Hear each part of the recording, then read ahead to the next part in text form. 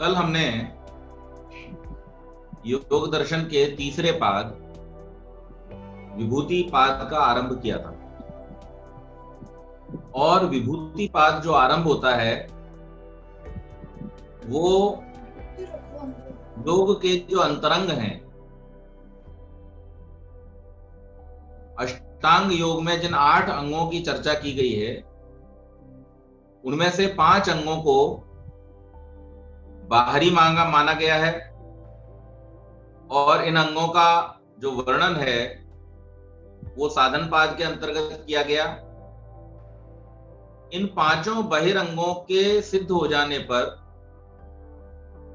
साधक का जो क्रिया योग वाला भाग है वो समाप्त हो जाता है।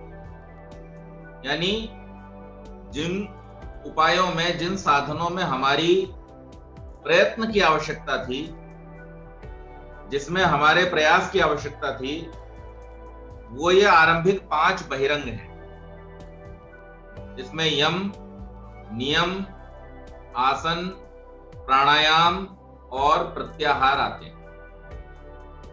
अब इसके आगे जो योग के 3 अंग हैं उनको अंतरंगों में गिना गया है और इसके बाद क्रिया वाला भाग जो है वो समाप्त हो जाता है।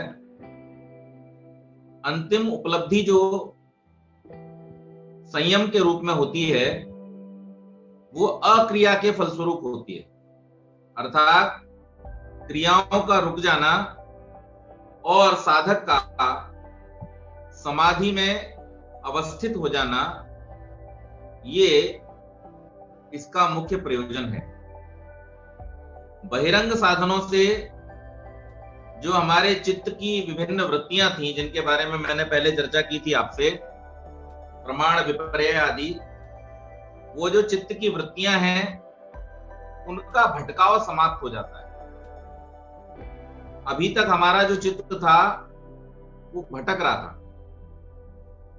बहुत सारे विषयों में, बहुत सारी इच्छाओं में, बहुत सारी योजनाओं में हमने हमारे चित्त को लगा रखा था और ये चित्त हमारा क्या हो रहा था, भटक रहा था। परंतु यमों और नियमों के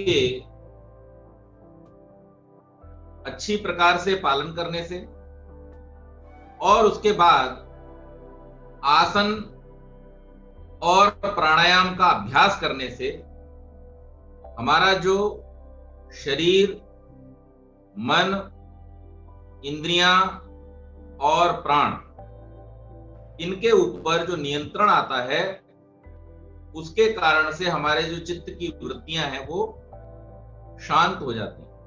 इसके साथ साथ यमों और नियमों में जिस प्रकार से आहार विहार की शुद्धता, व्यवहार की शुद्धता होती है, उसके कारण से जो तमोगुण और रजोगुण है वो शिथिल हो जाते हैं और जो सतोगुण है उसकी प्रधानता होती जाती है।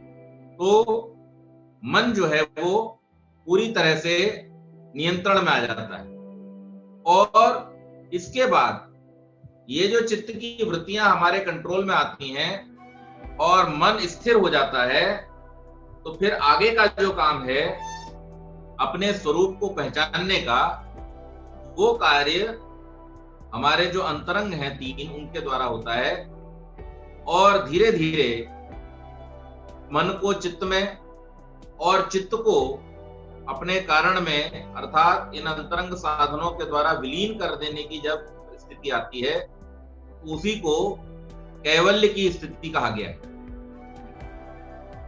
धारणा कल हमने बतलाया था, किसी स्थान विशेष में अपने मन को टिका देना या किसी विषय को अपने मन में धारण कर लेना और उसी पर चिंतन करना, उसी पर विचार करना, अन्य किसी विषय को ना आने देना, ये धारणा कहलाता है। और इसके बाद जब इस एकाग्रता की स्थिति में चित्त का समस्त भटकाव समाप्त हो जाता है, तो जैसे कोई पालतू पशु हमारे वश में आ जाता है, नियंत्रण में आ जाता है, उसी प्रकार से हमारा ये जो चित्त है, चित्त की वृत्तियां हैं, हमारा जो मन है, यानी पूरा का पूरा हमारा जो अंतःकरण चतुष्टय है, वो हमारे वश में आ जाता है।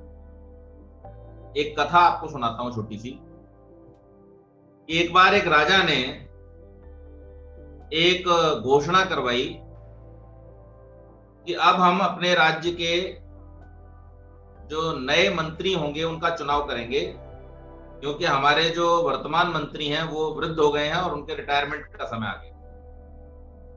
तो इसलिए अब हमें नए मंत्री का चुनाव करना है, और नए मंत्री के चुनाव के लिए हमारे गुरु और पूर्व मंत्री ने एक शर्त रखी है। वो शर्त यह है कि जो व्यक्ति हमारी एक बकरी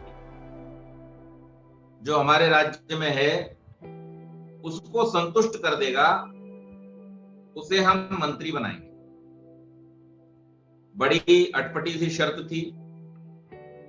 बकरी को संतुष्ट कर देगा। बहुत सारे लोगों ने आकर के वहां पर प्रयास करना शुरू किया। हर व्यक्ति के लिए 3 दिन का समय रखा गया था कि आप 3 दिन प्रयास कर सकते हैं और आपने इस बकरी को संतुष्ट करना है। वो बकरी को लेकर के लोग जाते थे, 3 दिन तक अपने पास रखते थे, बहुत सारे प्रयत्न करते थे, न जाने क्या क्या।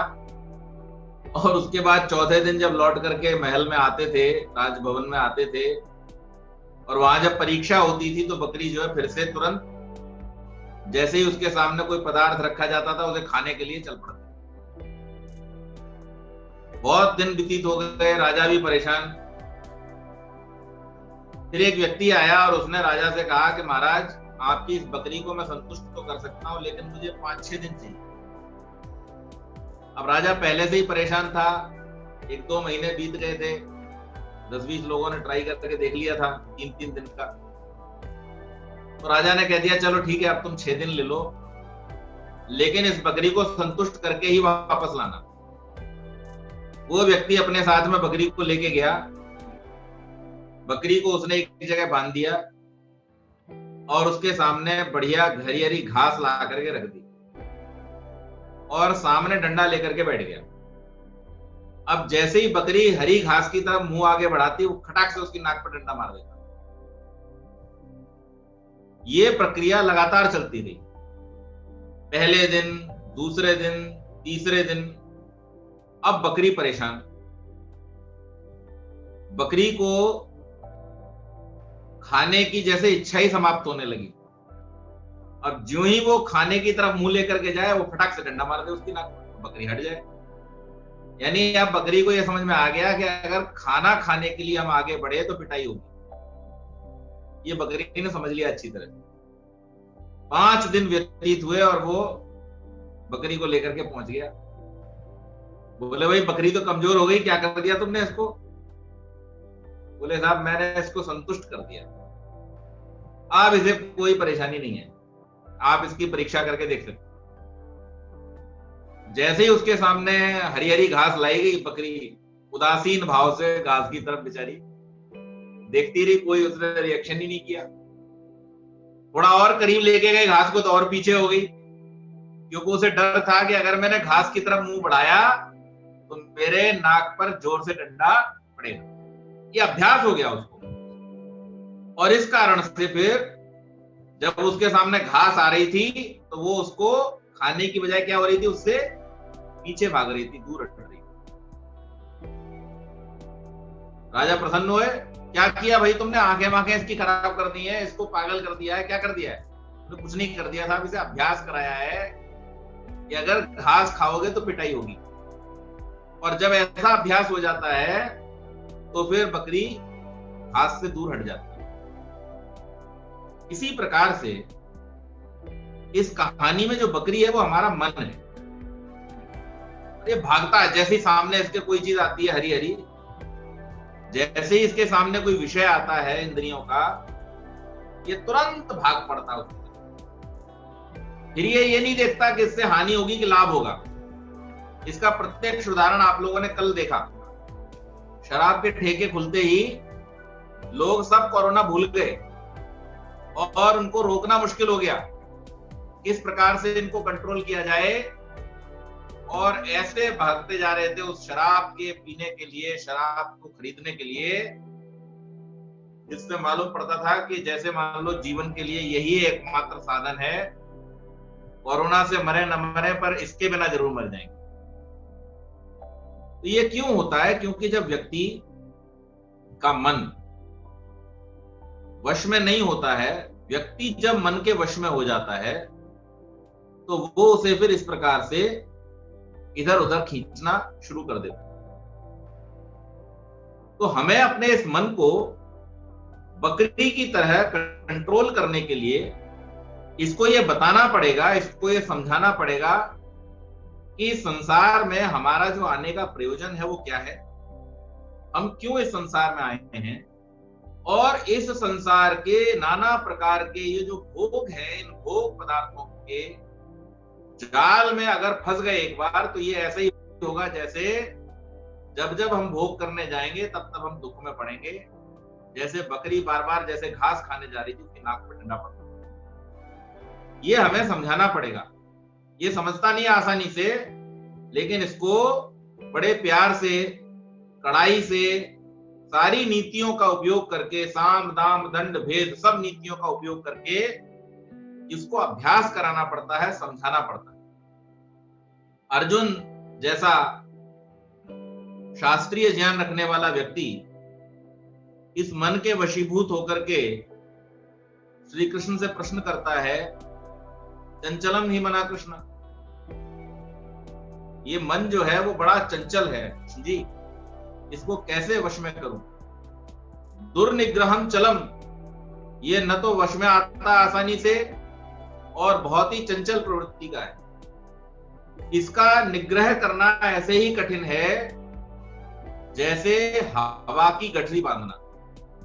हवा को आप गठरी में बांध सकते हैं, जैसे जैसे आप कसते जाएंगे वैसे वैसे हवा बाहर निकलती। इसी प्रकार से मन को आप अगर ठीक साधनों से रोकने का प्रयत्न नहीं करेंगे और गलत तरीकों से अगर इसको रोकने का आप प्रयास करेंगे तो ये और ज्यादा चंचल होता चला जाएगा और ज्यादा बाहरी विषयों की तरफ भागने लगेगा।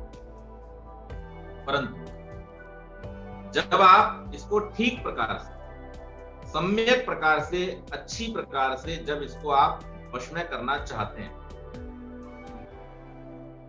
तो श्री कृष्ण उत्तर देते हैं अर्जुन को, अभ्यासेन तु कौन्तेय वैराग्येण च गृह्यते। ये बात ठीक है कि इस मन को वश में करना कठिन है, लेकिन इसका उपाय क्या है? अभ्यास और वैराग्य के द्वारा इसको हम अपने वश में कर सकते हैं। अभ्यास किसका? अभ्यास इस बात का कि इसको इस बात के लिए हमें तैयार करना है, इसको इस बात को हमें सिखाना है कि जो भोग्य पदार्थ संसार के हमारे सामने उपस्थित हैं, इनका जो उद्देश्य है, इनके होने की जो प्रासंगिकता है, वो केवल और केवल इतनी है कि इनसे हमारा जीवन ठीक प्रकार से चल सके। परमात्मा ने ये व्यवस्था इसलिए की है कि हमारा जीवन कष्टमय न हो, हमारे जीवन की जो आवश्यकताएं हैं वो पूरी होती रहें और हम सही प्रकार से अपना जीवन जी सकें। आपने कभी चींटी को देखा हो? अब बारिश आने वाली है, वर्षा ऋतु शुरू होने वाली है। जब वर्षा ऋतु शुरू होने वाली होती है उस समय में चींटियां अपने जो खाद्य पदार्थ है उनका संचय करना प्रारंभ कर देती। प्लस अगर वो किसी नीचे वाले स्थान पर रह रही हैं तो वो किसी ऊंचे स्थान पर जाने के लिए तैयार हो जाती है। तो आपको दीवारों पर चींटियां दिखाई देंगी इन दिनों, जो अपने अंडों को धीरे धीरे ऊपर ले जाकर के किसी ऊंचे स्थान पर सुरक्षित करती हैं। तो वो थोड़ा सा अन्न इकट्ठा करती हैं, खाद्य पदार्थ इकट्ठा करती हैं और अपने जो बच्चे हैं उनको सुरक्षित करती हैं। इसी प्रकार से अगर संसार के भोग्य पदार्थों को हम इसी रूप में लें कि ये जो भोग्य पदार्थ हैं ये हमारे जीवन की रक्षा के लिए हैं और इनका उद्देश्य हमारे जीवन को चलाना और उसके साथ साथ हमारे रक्षा करना है, तो फिर निश्चित मान लीजिए कि हम उन भोग्य पदार्थों का अति का जो संग्रह है वो करना बंद कर दें।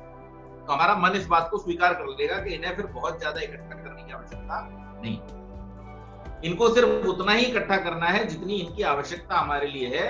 अब का काम चल जाए और कुछ समय आगे तक के लिए अगर कोई विपत्ति आती है, कोई इमरजेंसी कंडीशंस जैसे अभी चल रही है, इस तरीके की अगर कोई इमरजेंसी सिचुएशन आती है, तो उस कंडीशन में, उस परिस्थिति में हमारा योगक्षेम चलता रहे, उसके लिए इकट्ठा करना। लेकिन ऐसा नहीं कि मैं अपनी 7 पीढ़ियों के लिए इकट्ठा कर दूंगा, मैं अपनी 10 पीढ़ियों के लिए इकट्ठा कर दूंगा, ये सब मूर्खता की बातें हैं। और ऐसा करने वाला व्यक्ति कभी भी साधना के पथ पर आगे नहीं बढ़ सकता, एक बात। दूसरी बात, ऐसा व्यक्ति चाहे कितना ही क्यों ना इकट्ठा कर ले, लेकिन उसको कभी भी संतोष प्राप्त नहीं होता, संतोष का सुख से नहीं होता। तो इसलिए यहां पर इस कथा को कहे जाने का जो प्रयोजन था वो ये था कि व्यक्ति को अपने मन को निरंतर निरंतर ऐसे ही अभ्यास कराते रहना चाहिए। और वैराग्य कैसे? जब हम अपने आप से रोज प्रश्न करेंगे कि हमें इस संसार से क्या लेकर के जाना है, और हमें जब उसका उत्तर मिलेगा कि हम इस संसार से कुछ लेके जा ही नहीं सकते, जब कुछ लेके जा ही नहीं सकते तो फिर राग किसमें रखना है? उसमें राग रखने से फिर कोई फायदा नहीं होगा। उसको केवल मात्र साधन मान करके, जैसे बस में यात्रा करते समय हम टिकट लेते हैं, एक जो सीट हमें मिलती है कहीं फिक्स होती है, कहीं पे फिक्स नहीं भी होती है, तो जो सीट हमें प्राप्त हो जाती है उस पर हम बैठते हैं, और जैसे ही हमारी यात्रा समाप्त होती है हम बिना किसी लाग के, बिना किसी राग के वहां से उठ करके चले जाते हैं। हम पीछे मुड़ के भी नहीं देखते वो सीट कैसी थी और उसका बाद में फिर क्या होगा, तो वहां हमारा राग का भाव नहीं होता। इसी प्रकार से संसार के जितने भी पदार्थ हैं उन सबके साथ भी हमें अपने भाव को इसी प्रकार से, क्योंकि वो छोटी यात्रा थी, 2 घंटे 4 घंटे हम बस में बैठ करके वो यात्रा पूरी करके अपने गंतव्य तक पहुंच गए, लेकिन ये हमारा जीवन जो है ये भी एक लंबी यात्रा है। और इस यात्रा में भी जो हमें शरीर मिला है, या ये भोग्य पदार्थ, या ये जो संसार मिला हुआ है, ये इस यात्रा के पूरे करने का साधन मात्र है। तो इसलिए ये भाव जो हमें बस की यात्रा या ट्रेन की यात्रा या हवाई जहाज की यात्रा के समय पर रहता है कि कितनी ही महंगी सीट क्यों न ली हो, कोई व्यक्ति चाहे इकोनॉमी क्लास में 4,000 रुपए दे करके चढ़ा हो या कोई बिजनेस क्लास में 40,000 दे करके चढ़ा हो, लेकिन दोनों ही व्यक्तियों का व्यवहार एक ही होता है कि जब उनकी यात्रा पूरी हो जाती है अपनी सीट से उठे और वो वहां से निकल जाते। तो इसी प्रकार से जीवन में भी हमारा भाव, अपने आप को हमें इस बात के लिए ट्रेंड करना होता है, अपने मन को हमें इस बात के लिए तैयार करना होता है कि ये जो जीवन रूपी यात्रा है, इस यात्रा में ये सब जो हमें मिला है संसार में, ये साधन है, और इस साधन का देने वाला वो परमात्मा है जिसने हमारी यात्रा को सुखद बनाने के लिए हमारे कर्मों के आधार पर हमको सीट दी है। जिसके कर्म जैसे थे उसके हिसाब से उसको सीट मिल जाती है। जिनके कर्म पशुओं के योग्य थे उनको पशुओं की सीट मिल जाती है, जिनके मनुष्यों के योग्य थे उनको मनुष्यों की सीट मिल जाती है। मनुष्यों में भी कुछ धनवान होते हैं, कुछ निर्धन होते हैं, कुछ ज्ञानी होते हैं, कुछ अज्ञानी होते हैं, नाना प्रकार के अलग अलग हमारी क्लासेस इस यात्रा में है। लेकिन एक बात निश्चित है कि यात्रा जब समाप्त होगी तो हमें इस ट्रेन को छोड़ना पड़ेगा, इस बस को, इस हवाई जहाज को छोड़ना पड़ेगा। जो इसके छोड़ने की तैयारी पहले से कर लेगा वो सुखी रहेगा, और जो इसमें अपना अनुराग भर लेगा, जो इसके साथ में राग पैदा कर लेगा, वो निश्चित रूप से यात्रा समाप्त होगी तो हाय मेरी सीट, हाय मेरी सीट करके दो। तो यहाँ पर जो भारतीय ऋषियों ने मनुष्य जीवन के लिए प्रणाली दी है उसका भी मैं थोड़ा सा उल्लेख कर देना चाहता हूँ, क्योंकि विषय संगत है कि ब्रह्मचर्य, गृहस्थ, वानप्रस्थ और संन्यास, इन 4 आश्रमों के रूप में जो एक जीवन शैली हमारे ऋषियों ने हमको दी है, तो जीवन के प्रथम चरण में अपने जीवन के लक्ष्य को जानने के लिए ज्ञान प्राप्ति, और उस ज्ञान प्राप्ति के समय को उन्होंने ब्रह्मचर्य काल कहा। इस समय में जो ब्रह्मचारी है वो एक और जहां अपनी शारीरिक उन्नति करता है, वहीं साथ साथ अपनी मानसिक उन्नति करता है, बौद्धिक उन्नति करता है, और बहुत सारे उत्तम संस्कार गुरुओं के द्वारा उसके चित्त पर उस समय में डाले जाते हैं। बहुत सारी प्रक्रियाओं के द्वारा, माता पिता के द्वारा, गुरुजनों के द्वारा, आचार्यों के द्वारा, उपदेशकों के द्वारा इस ब्रह्मचर्य काल में पूरी एक श्रृंखला संस्कारों की चलती है, जो उस बच्चे को उसका जीवन ठीक प्रकार से जीने देने के लिए तैयार करती है। और जब वो बच्चा अपना जीवन जीने के लिए तैयार हो जाता है, ठीक प्रकार से वो संसार के नियमों को, संसार के कायदों को, संसार में किस प्रकार का व्यवहार करना है उस व्यवहार को, संसार में अपने शरीर की, मन की, बुद्धि की, आत्मा की रक्षा कैसे करनी है इस बात को, उसके जीवन का लक्ष्य क्या है इस बात को जब ठीक ठीक समझ लेता है अपने आचार्य से, अपने गुरुजनों से, तब उसे एक अगले स्टेप में प्रवेश देने की अनुमति मिलती है। तो जिन लोगों को इस संसार का रस लेना है, इस संसार में रहना है और इस संसार के व्यवहारों को चलाना है, उनको कहा जाता है कि आप गृहस्थ में जाइए, तो वो गृहस्थ में चले जाते। लेकिन जिसको विद्या प्राप्ति के समय में ही इस संसार से मोह सर्वथा समाप्त हो गया और जिसने वैराग्य की स्थिति को प्राप्त कर लिया है कि अब उसे किसी भी सांसारिक पदार्थ में किसी भी प्रकार की रुचि नहीं है, तो उनको वहां पर अनुमति दी जाती है कि अब आप यहां से सीधे सन्यास की अवस्था में चले जाए। तो कुछ लोग ब्रह्मचर्य से डायरेक्ट सन्यासी हो जाते हैं और कुछ लोग ब्रह्मचर्य से गृहस्थ में चले जाते हैं। लेकिन जो लोग गृहस्थ में गए हैं, अब संसार में दिक्कत क्या हो गई है कि जो एक बार गृहस्थ में चला जाता है वहां से निकलना ही नहीं चाहता। वो समझ लेता है कि बस अब तो यहाँ मेरा पांव परमानेंट है, यहाँ से मैं हिलूंगा नहीं। 80 साल, 85 साल, 90 साल, जितनी भी उम्र हो जाए, लेकिन गृहस्थी को छोड़ करके व्यक्ति जाना चाहता नहीं। लेकिन वैदिक संस्कृति का आदर्श कुछ भिन्न है। वैदिक संस्कृति कहती है कि गृहस्थ में आप आए थे एक प्रयोजन से। प्रयोजन क्या था? संसार के व्यवहार को चलाना। उस व्यवहार को चलाने के लिए संतानोत्पत्ति, आपकी संतान हो गई, आपका पारिवारिक व्यवहार, आपके माता पिता की सेवा शुश्रूषा आदि जो आपको करनी थी वो आपने कर ली। अब जब आपकी संतान इस योग्य हो गई है कि वो कर सकती है, अपना जीवन चला सकती है और वो अपने अच्छे बुरे को जैसे आप समझते थे गृहस्थ के समय में आने के समय, उसी प्रकार से जब आपकी संतान भी समझने लगे, तो अब ये समय आ गया कि आप अपने परिवार का विस्तार कर दीजिए। यानी अब केवल अपने उस न्यूक्लियर फैमिली से निकल करके और पूरे समाज को ही अपना परिवार मानना शुरू। इससे होगा क्या? इससे जो हमारी छूटने की प्रवृत्ति है वो शुरू हो जाएगी। पहले हमने केवल अपने बारे में सोचा था, फिर अपने से उठ करके हमने परिवार के बारे में सोचना शुरू किया। अब परिवार से भी राग खत्म करके हम समाज के बारे में, विश्व के बारे में सोचना शुरू करते हैं। और उसके बाद उसी अवस्था के आने पर जो ब्रह्मचर्य के समय दूसरी वाली लाइन में आई थी, जिस व्यक्ति ने संन्यास ले लिया था, वैसा ही वैराग्य जब इस वानप्रस्थी को उत्पन्न हो जाए, जिसने घर की जिम्मेदारियों को पूरा करके, घर को छोड़ करके और सामाजिक व्यवहार, सामाजिक कार्यों को करना शुरू कर दिया है, उस व्यक्ति को अब संन्यास ले लेना चाहिए। तो ये छूटने की एक श्रृंखला हमारे ऋषियों ने हमको दी, ताकि हम आसानी से इस संसार से प्रयाण कर सकें। इस सीट को छोड़ते समय, इस वाहन को छोड़ते समय हमें दिक्कत ना हो।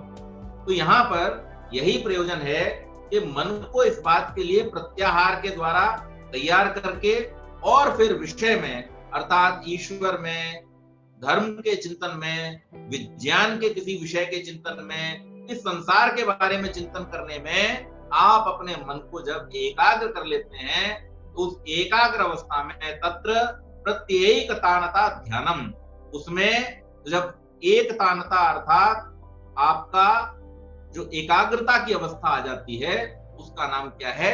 ध्यान है। और इस ध्यान के लगातार चलते रहने से क्या होता है? अगला चरण कि जब ध्यान की अवस्था में आप लगातार होते हैं, तो पहले हमने बताया था आपको, जब समाधियों के बारे में बतला रहे थे, उसमें वितर्कानुगत, विचारानुगत, आनंदानुगत और उसके बाद अस्मितानुगत जो समाधि आती है। तो अस्मितानुगत समाधि जब आती है, तो उस अवस्था में क्या होता है? जब लगातार देर तक साधक ध्यान में बैठा होता है, तो उस समय उसका जो स्वरूप है वो उपस्थित होने लगता है। यानी मैं हूं से केवल हूं रह जाता, अस्मिता रह जाता। तीन शब्द हैं, being, becoming and bliss. Being का अर्थ है होना, जो हो रहा है, निरंतर है, और कैसे हो रहा है, कल्याण के लिए हो रहा है। तो ऐसे होने को हम जब अपने जीवन में ले आते हैं और उस ध्यान की अवस्था में जिस कल्याण के मार्ग पर हम चल रहे हैं, उस ध्यानावस्थित अवस्था में हमारे मन से जो मैं है, अहंकार का जो भाव है, वो भी समाप्त हो जाता है। तो अंतःकरण चतुष्टय जिसमें क्या क्या था, मन, बुद्धि, चित्त और अहंकार। तो अब तक हमने 3 को वश में किया था। सबसे पहले मन को किया था, फिर बुद्धि को किया था, फिर अभी हमने चित्त को किया था, चित्त की वृत्तियों को निरुद्ध किया था। लेकिन चौथा बचा था जो सबसे मुश्किल है, जिसे हम ईगो कहते हैं, अहंकार कहते हैं, अस्मिता कहते हैं। जब हम ध्यान की अवस्था में होते हैं तब ये अहंकार समाप्त हो जाता है और फिर किसी प्रकार का कोई भाव शरीर से संबंधित, प्रकृति से संबंधित हमारे मन में नहीं रहता है। केवल और केवल आत्मा अपने स्वरूप में, अर्थात अपने शुद्ध रूप में वहां पर परमात्मा के विषय में चिंतन करता है, या जिस विषय को भी उन्होंने लिया है मन में, उस विषय के बारे में ही केवल चिंतन रहता है और उस चिंतन का अर्थ प्रयोजन वहां पर सिद्ध होता है। वहां पे ध्यान नहीं है, वहां पे शब्द नहीं है। क्या सिद्ध हो रहा है वहां पे? अर्थ प्रयोजन वहां पर सिद्ध होता है। अब आप देखिए, संसार में जितने वैज्ञानिक हैं इस समय, जो आधुनिक वैज्ञानिक जिनको हम कहते हैं, वो लोग क्या करते हैं? वो लोग पदार्थ से खोज शुरू करते हैं। उनकी खोज का आधार क्या है? पदार्थ का कंपोजिशन, उस कंपोजिशन का फिर एनालिसिस, उस एनालिसिस से फिर एक्शंस और रिएक्शंस, तो उसके गुणधर्म, इसका हम पता करते हुए फिर उसके बाद पहुंचते हैं एक निष्कर्ष तक कि भाई ये पदार्थ के ये गुणधर्म है और ऐसे इसकी कंपोजिशन बनी हुई है, ऐसे इसकी संरचना बनी हुई है। लेकिन जो एक ऋषि है, जो आधुनिक नहीं, प्राचीन यानी वैदिक संस्कृति का जो वैज्ञानिक है, वो क्या करता है? वो पहले सूक्ष्म में जाता है और सूक्ष्म में जाकर के, जो हमने 4 स्तर आपको बतलाए थे समाधि के, कि जब वितर्कानुगत अर्थात स्थूल स्तर पर होता है तो उससे फिर वो इसमें जाता है, विचारानुगत में जाता है, विचारानुगत से आनंदानुगत में जाता है, आनंदानुगत से अस्मितानुगत में जाता है। और जब अस्मितानुगत संप्रज्ञा समाधि की अवस्था में किसी विषय पर जब वो विचार करता है तो वो संबंध कहाँ स्थापित करता है? वो संबंध मैन्युफैक्चरिंग एजेंसी के साथ में सीधे स्थापित करता है। मैन्युफैक्चरिंग एजेंसी कौन है इस संसार की? परमात्मा। और जब उसका संबंध सीधा सीधा परमात्मा के साथ में होता है तो तब वो बिना किसी प्रयोग किए हुए, बिना किसी एनालिसिस के किए हुए, उस पदार्थ के गुण धर्म का ज्ञान प्राप्त कर लेता है। और जो ज्ञान ऋषि प्राप्त करता है वो एब्सोल्यूट होता है। ये सबसे बड़ी बात होती है, क्योंकि वो उसके द्वारा दिया हुआ ज्ञान है जिसने उस पदार्थ को बनाया है। मनुष्य जो अपने प्रयोगों के द्वारा ज्ञान प्राप्त करता है, उसमें त्रुटि होने की संभावना रहती है, निरंतर रहती है। और इसीलिए आज तक वैज्ञानिकों का एक बहुत बड़ा वर्ग इस बात को ठीक ठीक नहीं जान पाया है कि किस प्रकार से इस धरती पर मनुष्यों की और अन्य प्राणियों की उत्पत्ति हुई।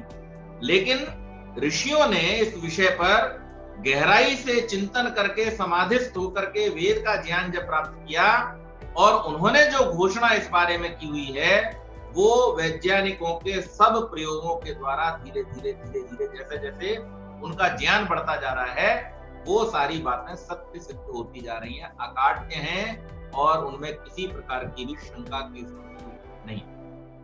ऐसा क्यों हो रहा है? ऐसा इसलिए हो रहा है क्योंकि वो एब्सोल्यूट है, और जो एब्सोल्यूट होता है उसमें किसी प्रकार के परफेक्शन में किसी प्रकार के इंप्रूवमेंट का चांस नहीं होता। तो ऋषियों ने जो ज्ञान परमात्मा के पास, परमात्मा पूर्ण है और परमात्मा पूर्ण होने के कारण से उसका ज्ञान पूर्ण है, तो जो उससे ज्ञान प्राप्त करेगा उसका ज्ञान भी उसी प्रकार से पूर्ण होगा। प्लस उन्होंने इस ज्ञान को जो मानव मात्र के कल्याण के लिए आगे दिया है, तो बिना किसी पक्षपात के, बिना किसी भेदभाव के, बिना किसी प्रकार की जातीयता, बिना किसी प्रकार के संप्रदायवाद, बिना किसी बात के पक्षपात के, सबके कल्याण के लिए ही दिया है।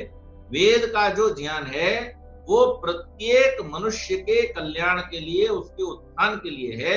उसमें कहीं किसी प्रकार से भी, जैसे सूर्य का प्रकाश सबके लिए होता है, इसी प्रकार से वेद स्वयं घोषणा करता है कि ये ज्ञान भी सबके कल्याण के लिए है, चाहे वो महाबलवान हो, चाहे वो महानिर्धन हो, चाहे वो महादरिद्र हो, चाहे वो किसी भी प्रकार से किसी भी स्थिति में रहने वाला व्यक्ति क्यों न हो, जो भी इस ज्ञान को प्राप्त करेगा, ये ज्ञान उसके कल्याण का साधन बनेगा।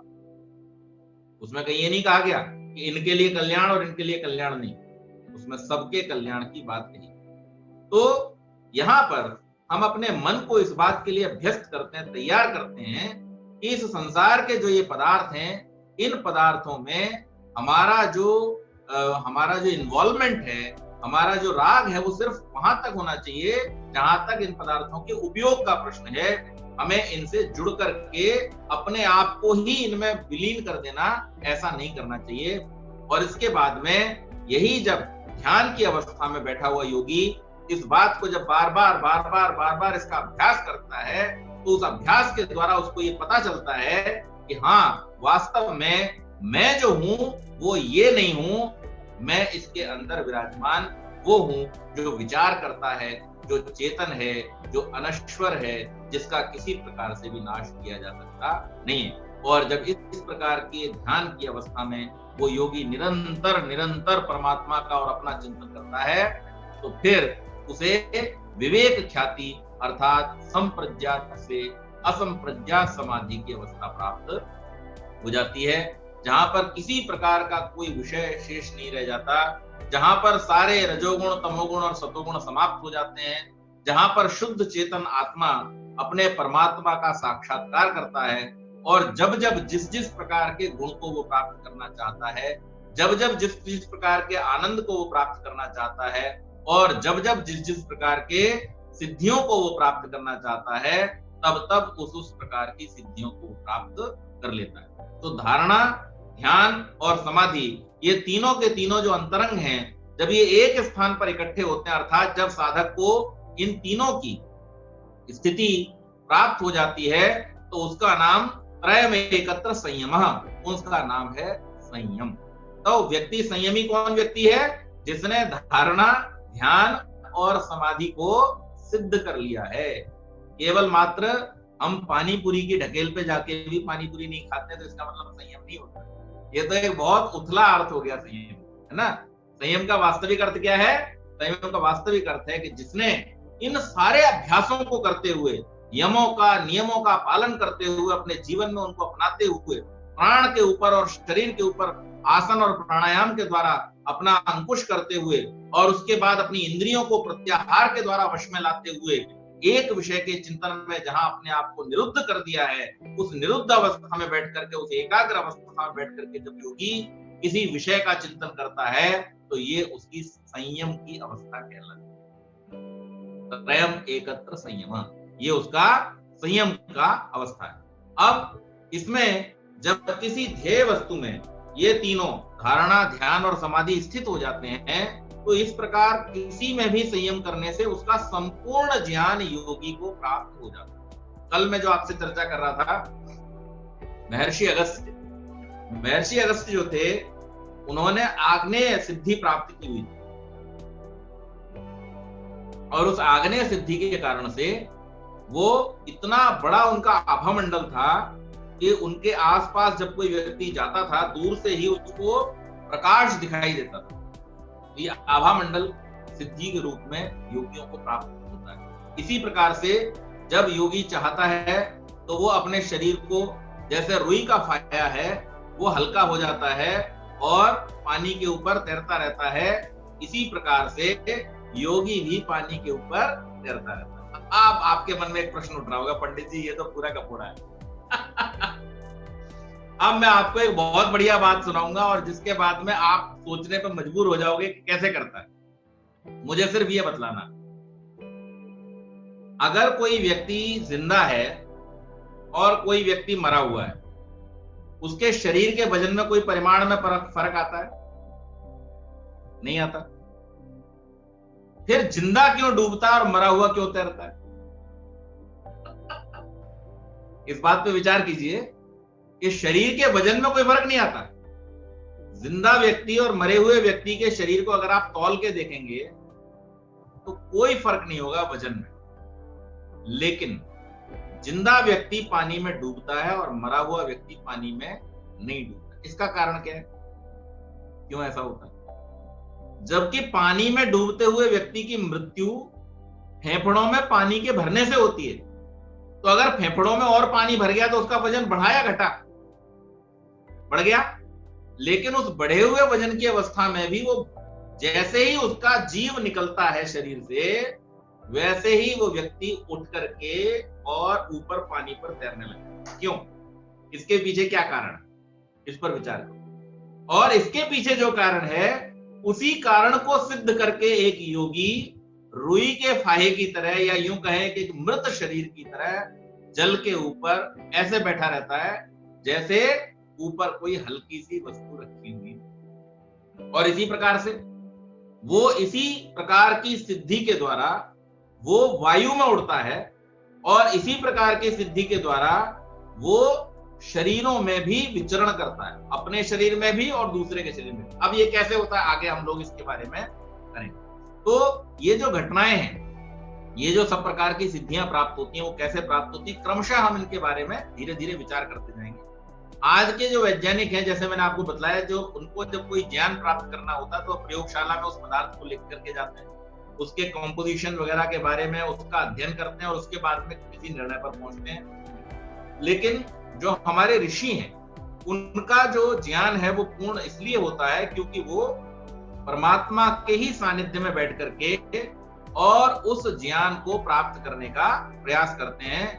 तज्जयात् प्रज्ञालोकः, इस संयम के प्राप्त हो जाने से जो हमारी बुद्धि है, या जो साधक की बुद्धि है, वो कैसी हो जाती है, आलोकित हो जाती है। प्रज्ञा आलोकित हो जाती है, और प्रज्ञा के आलोकित हो जाने से क्या होता है, फिर उसे ज्ञान प्राप्त हो जाता है। तो संयम के करने से प्रज्ञा का प्रकाश होता है। तस्य भूमिषु विनियोग, और उस संयम का नाना प्रकार की जो भूमियां हैं योग की, उन भूमियों की फिर उसको प्राप्ति होती है। मधु मधुलिका आदि जो भूमियां हैं, उन भूमियों की उसको प्राप्ति होती है। त्रयम् अंतरंग पूर्वेभ्य, और ये जो अंतरंग हैं, ये भी इसी अवस्था को जब आगे बढ़ाते हुए योगी और साधना करता है, वो निर्वीज समाधि अर्थात जो असंप्रज्ञात समाधि की स्थिति तक पहुंचता है। वहां पर ये जो तीन अंग थे, धारणा, ध्यान और समाधि, जिनमें विषय रहता है, ये अंग भी निर्बीज हो जाते हैं। ये अंग भी कैसे हो जाते हैं, बहिरंग हो जाते हैं। इनमें भी किसी प्रकार का फिर उसका राग नहीं रहता। व्युत्थान निरोध संस्कार योभिर अभिव प्रावुर्भावो निरोध क्षण चित्तान्वयो निरोध परिणाम। व्युत्थान निरोध संस्कार यो अभिभव प्रादुर्भावो, अर्थात जो व्युत्थान अवस्था है, अवस्था के संस्कारों का जो दब जाना। हमारे जो संस्कार थे, जो चित्त में बार बार नाना प्रकार की वृत्तियों को जन्म देते थे, अभ्यास के द्वारा उन संस्कारों को क्या कर देते हैं, दग्ध बीज। दग्ध बीज का मतलब समझाया था मैंने आपको।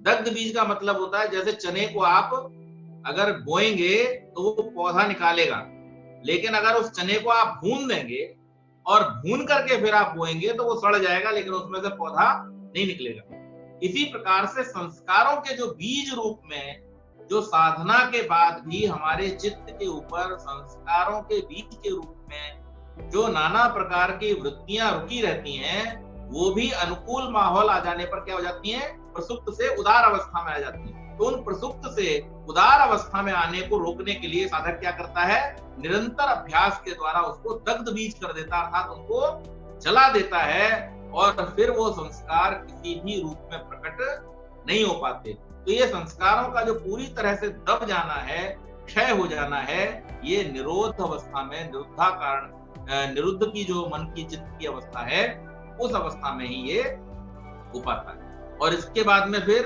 धारणा, ध्यान और समाधि के द्वारा निरंतर इसका अभ्यास किया जाता है, और उस अभ्यास से फिर पूरी तरीके से उसके बारे में साधक को सिद्धि प्राप्त हो जाती है।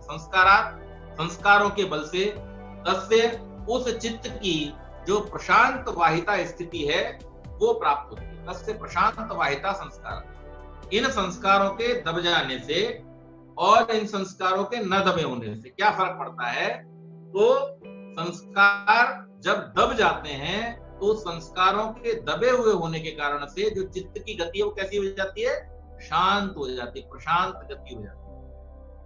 मैंने आपको प्रारंभ में एक उदाहरण दिया था कि जब हमें किसी जल में अपना प्रतिबिंब देखना होता है तो वो जल कैसा होना चाहिए? शांत होना चाहिए। अगर उस जल में तरंगें उठ रही हैं तो हमारा प्रतिबिंब उसमें दिखाई नहीं पड़ेगा। इसी प्रकार से अगर हमें किसी दर्पण में अपना प्रतिबिंब देखना है तो उस दर्पण को साफ होना चाहिए। तो साफ होना और शांत होना ये दोनों आवश्यक हैं, क्योंकि मन जो है वो जल की तरह तरल है और दर्पण की तरह हमारा प्रतिबिंब दिखाने वाला है। तो इसलिए उसको साफ किया जाता है और उसको शांत किया जाता है। तो जब हमारा चित्त शांत हो जाता है, प्रशांत अवस्था में जब आ जाता है, तो उसके बाद में साधना में हमको सहयोग प्राप्त होता है। हम आसानी से समाधि की अवस्था में पहुंच करके जिस विषय पर चाहते हैं उस विषय पर चिंतन कर सकते हैं। जब तक चित्त में बहुत सारे वृत्तियों के राग उठते रहेंगे, नाना प्रकार की वृत्तियों की तरंगें उठती रहेंगी, तब तक किसी भी एक विषय पर उसको एकाग्र करना संभव नहीं होता है। तो ये संस्कारों के दग्ध हो जाने से फिर योगी को ऐसी अवस्था प्राप्त होती है कि वो जहां जिस विषय पर, और वो विषय कैसा है वो भी आपको बतला देता हूं। अगर योगी इस बात पर विषय पर चर्चा करना चाहता है या चिंतन करना चाहता है कि मेरे पिछले जन्मों में मेरे क्या जन्म थे, तो वहां पर भी योगी चिंतन कर सकता है। किस अवस्था में? चित्त की शांत और निर्मल अवस्था में। सर्वार्थ तैकाग्रतयोः क्षयोदयो चित्तस्य समाधि परिणामः।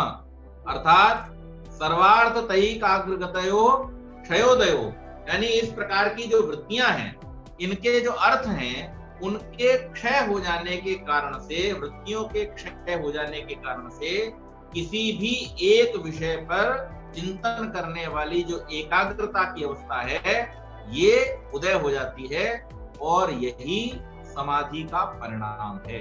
समाधि का परिणाम क्या है? कि चित्त आपका एकाग्र अवस्था में किसी भी एक विषय पर चिंतन करने के लिए तैयार हो जाता है। ततः पुनः शांतोदितौ तुल्य प्रत्ययौ चित्तस्यैकाग्रता परिणामः। उसके बाद पुनः जब फिर से शांत होने वाली और उदय होने वाली ये तुल्य प्रत्यय दोनों ही जो वृत्तियां हैं वह चित्तस्य, चित्त का एकाग्रता परिणाम कहलाती है। इसके बाद क्या होता है?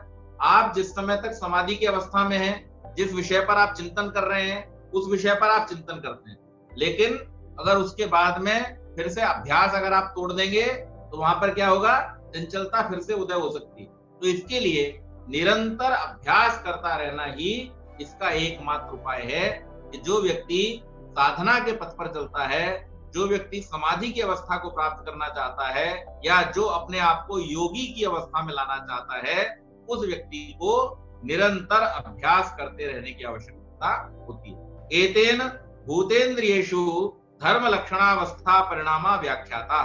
एतेन इस प्रकार से भूतेन्द्रियेषु जो पांचों भूत और इंद्रियों में मिलने वाले धर्म, लक्षण और अवस्था के परिणाम हैं, ये तीनों परिणाम कहे गए हैं।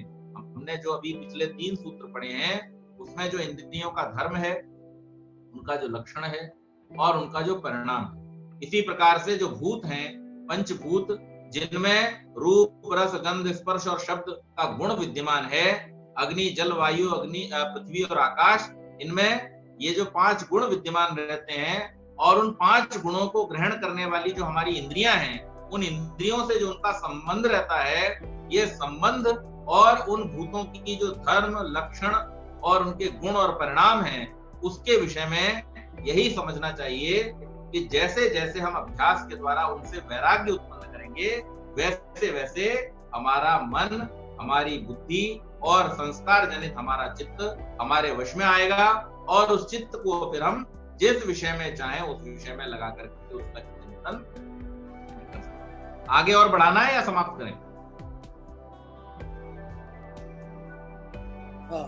आज हमने जिस विषय पर चर्चा की है उस विषय को हम फिर से एक बार दोहराएंगे।